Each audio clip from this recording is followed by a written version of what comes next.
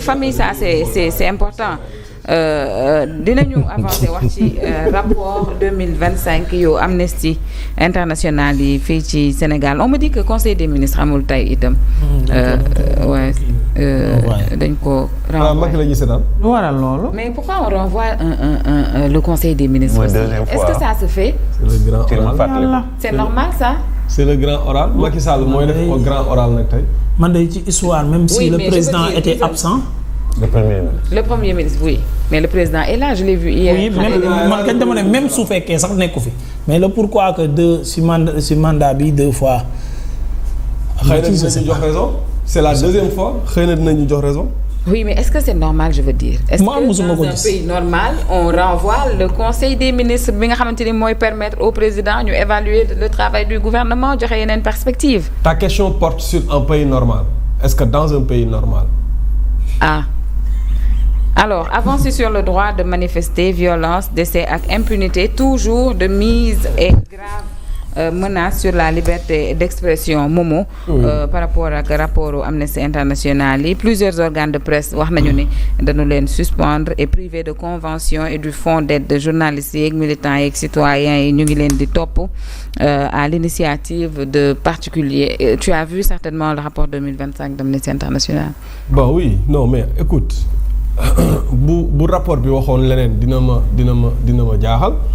parce que daaw bi ñu fi génnee seen rapport ñu joxe ne Sénégal am na exemplarité ci li nga xamante ne moom mooy liberté d'opinion liberté de la presse ma ne leen mais écoutez mais de quel Sénégal vous parlez Sénégal bu nga xamante ni ñu jàpp ku wax sa xalaat ñu jàpp la tëj la vous nous parlez de liberté d'opinion non mais écoutez c'est un problème. Donc moi je pense que li nga xamante ni moom lañu war a njëkk a def la responsabilité elle est partagée ñun am nañ ci responsabilité ci état bi nga xamante ni noonu la mel ci ni démocratie tëddee ci ni nga xamante ni noonu la loolu la rapport bi joxoñ baaraamu tuuma ci journalistes ak chroniqueurs yi nga xamante ni les hommes de médias yi nga xamante ni ñu ngi leen di convoqué wu leen di tey mais état aussi daf cee am part de responsabilité 80% des responsabilités sax je pense que état moom moo ko am parce que le gouvernement parce que tey mënuloo yow pendant 10 ans ngay xeex nga ne réew mi dafa war a am liberté de la presse wala dafa war a am liberté d'opinion wala dañoo war a bàyyi nit ñi ñuy tëj parce que dañuy wax seen xalaat bon yow écoute nga xëy nga ñëw nga au pouvoir ku ne la sa bët bi suufa ngi ci nga jàpp tëj ci kaso bi wala nga yóbbu wala procureur autosaisir ñu convoqué la moi je pense que lañ doon xeex démb ak barki démb loolu lii dafay wane ne lañ doon xeex gëmuñu ko loolu benn la ñaareel ba li nga xamante ne moom mooy la responsabilité des hommes de médias mooy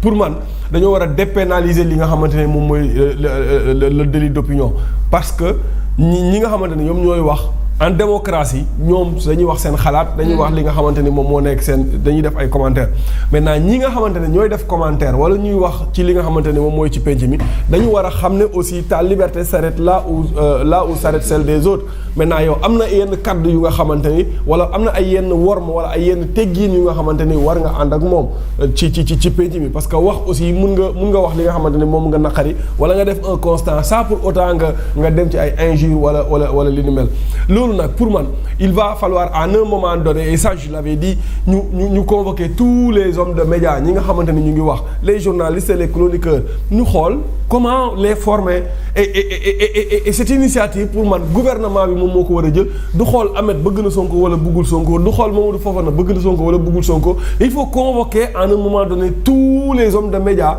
ñu former leen ci diffusion de fausses nouvelles diffamation injure yi ni mel nan lañ koy éviter parce que yu ci bari dafa sew am na ñu ci bari ñu nga xamante ni ñu ngi ci médias yi di wax mën nga am une information mu nekk une vraie information mais nga ne ko dajji ci penc bi ñu jàppale tëj la pour diffusion de fausses nouvelles alors que c'est une très bonne information. ba àdduna di tukki duñ la génneel la bonne information parce que dañ laa laaj preuve tu n'as pas de preuve te pourtant c'est vrai tu n'as pas de preuve matérielle maintenant comment éviter ces genres de choses là moi je pense que à un moment donné loolu c'est une formation bu nga xamante ne pour man duñ ko bàyyee ñoom ñoo ko war a def woo tous les chroniqueurs tous les journalistes tous les hommes de médias les acteurs de la presse ñu jéem leen a former ci loolu beneen bi ci topp foofu laay jeexale mooy dañoo waxoon ñoom bu ñu ñëwee pour réduire loolu noonu dañuy mettre en place juge des libertés et de détention juge des libertés et de détention ba suñ jonn yàlla tey gisuñu juge des libertés et de détention boobu parce que juge des libertés et de détention moom mooy permettre Modou Fall wax na dara am na keneen ku wax lu nga xamante ni tey lu nduróog lu Modou Fall wax la procureur am sañ-sañu autosaisir ci ñaar ñëpp mais moom mooy le maître de l'opportunité de poursuite ci Modou Fall la kii le focus léegi nag su fekkoonte ne amoon nañ juge des libertés et de la détention écoute procureur bu waree autosaisir dina ne ko autosaisir bi na tëddee njaaxanaay wala bu ñu waree mettre kenn mandat de dépôt dina ne kii jarta mettre mandat de dépôt moi je pense qu'il faut à un moment donné ñu dem ci mise en place d'un juge des libertés et de détention. Toujours Fatima sur le rapport 2025 d'Amnesty International ça renvoie tout de même une mauvaise image du Sénégal parce que il faut dire que yii donte kon ñi fi toog doon nañ ko xeex mais fi mu yegg nii tey ca la taxoon sax ñu doon xeex wala ñañ doon xeexal yeggale wuñ ko woon foofu. moom kay lañ doon xeex ñoom ils font plus loolu nga bëgg a wax rek. alors liberté d'expression xam nga na fi dafa bokkoon ci li taaral démocratie réew mi nag Sénégal ñëpp ko ràññee woon ci démocratie boo xam ne